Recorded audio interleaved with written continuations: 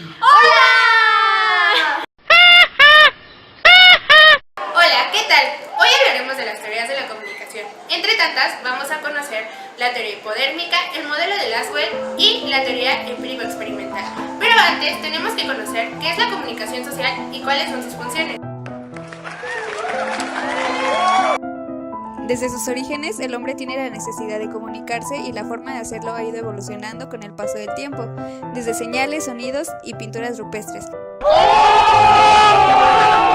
Como bien sabemos, la revolución industrial fue un parteaguas para la modernidad, ya que impulsó el desarrollo de los medios de comunicación a través de diversas tecnologías, como fue el telégrafo y la prensa escrita. Ya para principios del siglo XX, gracias a la aparición de la radio, el cine y la televisión, los medios tuvieron un mayor alcance a diversos sectores de la población.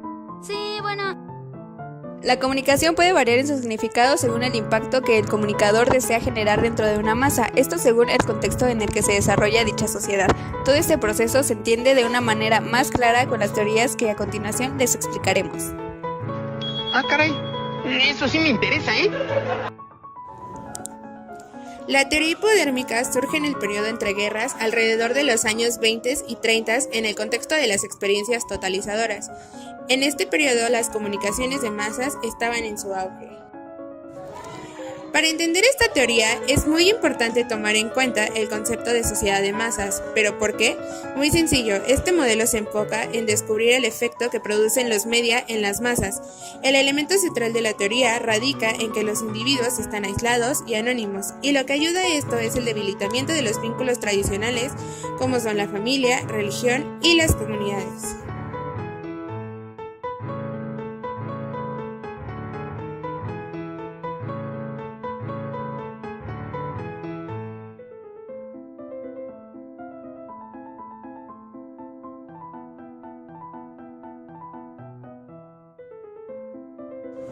Ortega y Gasset menciona el concepto hombre-masa y dice que los individuos se sienten bien reconociéndose idénticos a los demás, por lo que se puede entender que la masa termina con todo lo que es diferente.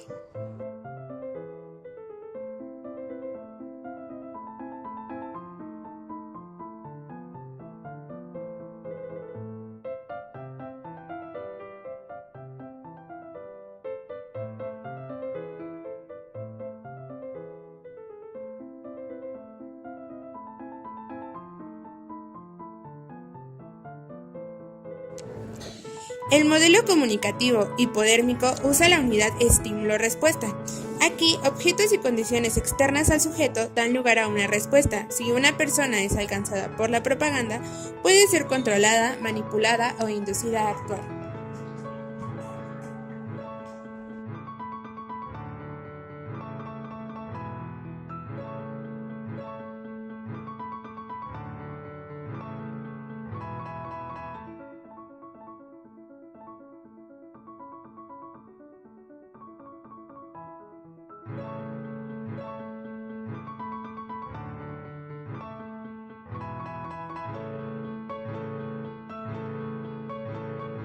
En muchos casos, las personas estamos expuestas a mensajes que van más allá de nuestra experiencia, pues los medios refieren a significados y valores generales.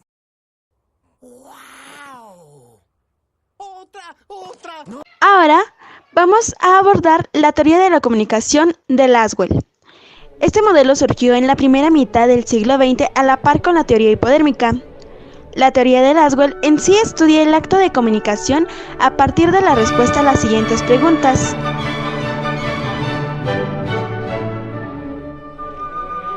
La primera pregunta, ¿qué es quién?, se basa en el estudio de los emisores, de la persona, la empresa o la institución que envía el mensaje. La segunda pregunta es, ¿qué dice?, que se refiere más al análisis del contenido de los mensajes. La tercera pregunta es ¿a través de qué canal? Esta pregunta en sí se refiere a los medios que se utilizaron para difundir los mensajes, ya sea la televisión, la radio, el cine, la prensa y otros medios que están a nuestra disposición o a disposición de los emisores. La cuarta pregunta es ¿a quién?, que se refiere al receptor, a la persona que recibe estos mensajes. Y la última pregunta es ¿con qué efecto?, que se refiere al efecto producido a partir de la recepción del mensaje en los receptores.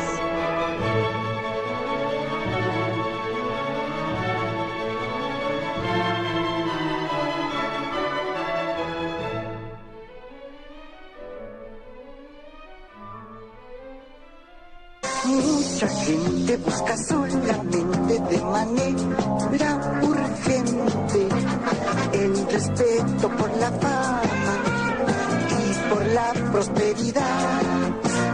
Pero hay cosas mucho más hermosas y además más valiosas: el respeto de uno mismo, el amor y la amistad.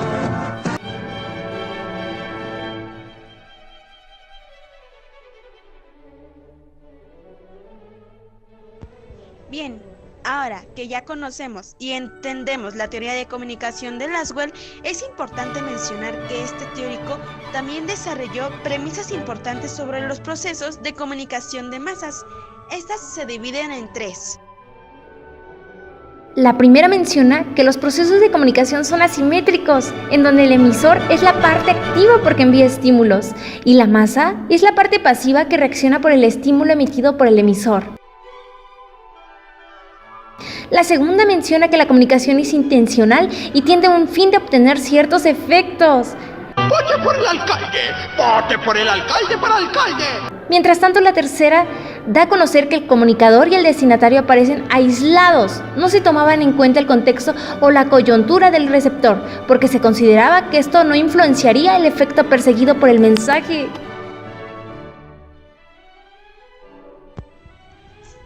Para terminar, es importante mencionar que el modelo de Laswell abarca dos temas centrales en torno a la Communication Research.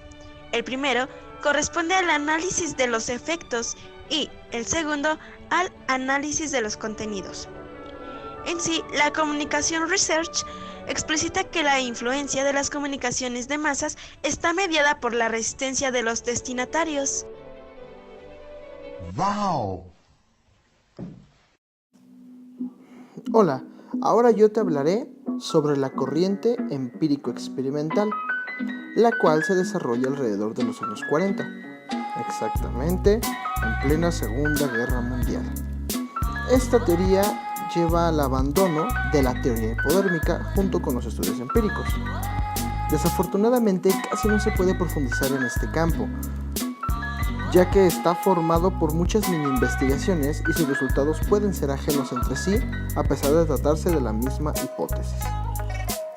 Esta corriente no se enfoca tanto en los medios, sino más en el emisor junto con el receptor, y su objetivo consiste en saber cómo poder utilizar la persuasión en el destinatario de forma exitosa, ya que se sabe y se tiene en cuenta que se puede fracasar por la gran variedad de identidades en los individuos.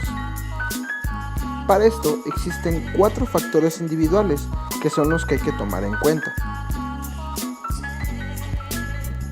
El primer aspecto es básicamente el interés por querer adquirir cierta información, ya que esto radica en la identidad de cada individuo y su entorno social, así de cómo viva y cómo pueda obtener esa información, ya que su entorno social puede definir o lo puede orientar a qué realmente es lo que el sujeto o el individuo busca. Ahora que también se toma en cuenta el nivel de acceso y la facilidad para poder tener esa información, ya que es directamente proporcional el querer con las posibilidades de acceder a esta información. Ahora que el segundo factor tiene que ver más con la exposición selectiva, que no es más que saber qué alcance tiene el medio donde se exponga el mensaje y tener en mente a qué público se desea llegar para tener en cuenta el medio y que esa parte de la población tenga acceso a ese medio. Como podemos ver, una ama de casa en los años 40 podría tener la radio prendida, mientras que un señor trabajador de oficina siempre leería un periódico, o en su mayoría, y un niño estaría más apegado a la tele. El tercer factor está relacionado con la percepción selectiva, y es básicamente sobre cómo un sujeto puede identificar cierta información, ya que durante un día puede estar expuesto a muchos medios, pero no toda la información le parece relevante, por lo que psicológicamente, a pesar de verla, la descarta. Y existe, por otro lado, información a la que le presta más atención. Y esta última le puede quedarse grabado en la cabeza y recordarlo durante un tiempo, aunque claramente también tiene que ver qué tanto tiempo está expuesto al mensaje. El cuarto y último aspecto es la memorización selectiva, y existen varias investigaciones que han demostrado que la memorización de los mensajes tiene mucho que ver con las opiniones y actitudes, que para el receptor o individuo tienen que ser coherentes, ya que lo demás lo desecha y lo primero lo memoriza mucho mejor. Bartlett demostró que al pasar el tiempo, el sujeto o su memoria selecciona los elementos más importantes del mensaje, o al menos para él, y lo que le resulte más discorde o culturalmente distante, lo desecha. También tiene mucho que ver con el tiempo que el individuo pasa expuesto al mensaje, ya que con más tiempo los mensajes, o al menos lo que el sujeto considera relevante, lo mantiene más presente en la memoria. A esto también se le conoce como efecto latente. Existen al mismo tiempo 4 factores vinculados al mensaje, pero que no son independientes de los factores individuales. El primero es la credibilidad del comunicador, que consiste en qué tanta veracidad y o reputación tiene el emisor. Esto afecta a la audiencia para saber si escuchan, reciben o no un mensaje, y sobre todo qué tan persuadidos serán por este mensaje, aunque con el paso del tiempo esto no importará, ya que se pierde en sí si la fuente es confiable al momento que se transmitió el mensaje.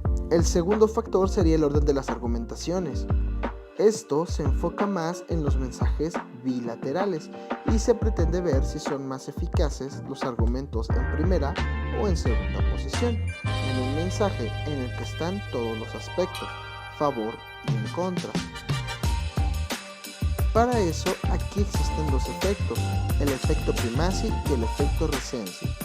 El efecto primacy se enfoca en si la eficacia es mayor con los argumentos iniciales, y el efecto recency, lo contrario, si resultan mejor los finales. Al final, no hay experimento o experimentos que digan cuál es el que se aplica más o el que funciona mejor. Todo lo anterior al final está influenciado por si el receptor sabe o no del tema en cuestión. Por ejemplo, si el sujeto está familiarizado con el tema, se suele presentar el efecto recency, y en cambio, si el destinatario no está familiarizado con el tema, se suele presentar el efecto primacy. En la exhaustividad de las argumentaciones se busca estudiar el impacto que tiene el presentar un solo aspecto o los 2 aspectos de un tema. Y en un estudio en el que se pusieron 2 mensajes radiofónicos, resultó más efectivo el que era más largo pero tenía los 2 aspectos, por lo que también se llegó a la conclusión de que si la persona no sabe del tema, es mejor dejar 2 aspectos, y si la persona en cambio sabe del tema, es mejor dejar solamente uno. El cuarto y último factor es la explicitación de las conclusiones. Básicamente quiere decir si es necesario poner las conclusiones o no en un mensaje para que la persuasión sea más efectiva.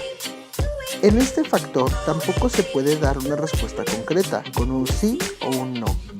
Más bien depende del público, porque si está familiarizado es mejor dejar las conclusiones implícitas. En cambio, si el destinatario no sabe mucho del tema en cuestión, es mejor y más eficaz dejar las conclusiones explícitas, ya que las personas que saben del tema pueden generar su propia opinión, y el grupo que no sabe del tema le tienes que proporcionar una opinión.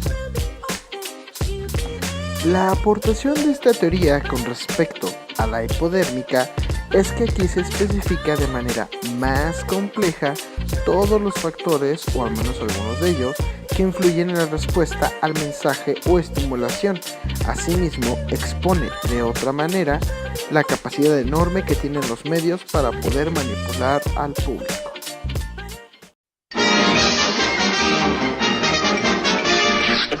eso es todo, amigos.